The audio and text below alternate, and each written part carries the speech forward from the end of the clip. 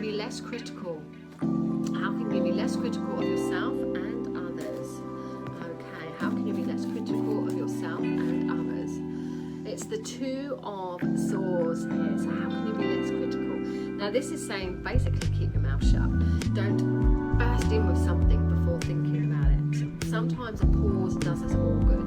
Virgos do like to give their opinion. So this is saying, do you know what? Just shut your mouth for a minute, or just hold back for a minute.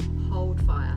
If you take a bit of a pause, if you take a bit of a break, you're more than likely to be able to think of a better way to say something, or a more easier, kinder way to deal with something there. All right. So how you can you be less critical of yourself and others is saying, just don't be critical. Just take a pause. Just take a break, and be in that in between stuck moment, because you'll find that the energy will shift as it passes there, and you'll feel different. You won't feel as critical.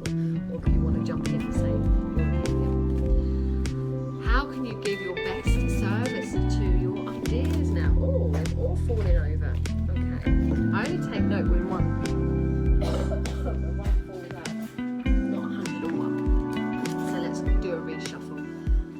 How can you give your best service to your ideals now? How can you give your best service to your ideals?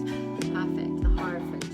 So the way to get the best out of anything that you're doing at the moment, or the ideals that you want to be, is just to keep doing what you're doing. Don't rock the boat. This card says follow your rules, your regulations, follow order, conform to things, do things that you know to be proper, which is what your Virgo is like. This card is saying in order to get what you want, you need to follow some methodical practice or some order that is already structured. So nothing new, nothing unorthodox. Do things that there is already something cemented there that you can follow. Don't rock the boat. What areas need your priority now?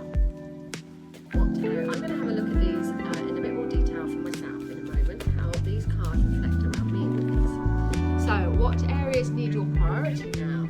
Money, money, money. King of Pentacles. So just like I was saying before, your home, your material needs, things need to get in order.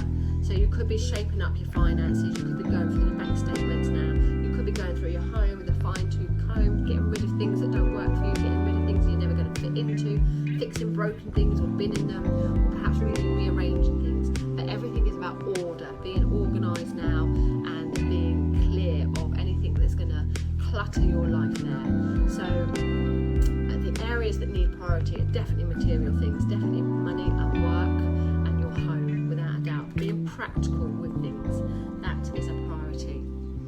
What personal healing is available to you now?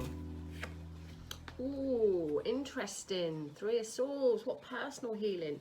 Okay, the Three of Swords is a harsh card. It's connected to the heart, obviously, there. Emotional wounds and loss and sadness. So how can this be a card where we're asking what personal healing is available to us? This card says we just need to accept it. We need to suck it up. Once this card is reversed, it's so much better. Those swords can come out of us, can come out of the hole and then start to heal. So our personal healing is just to go through it, not to bury our head in the sand, not to think that we're unaffected by things, but just to go through it. There's some pain that we've got to go through to come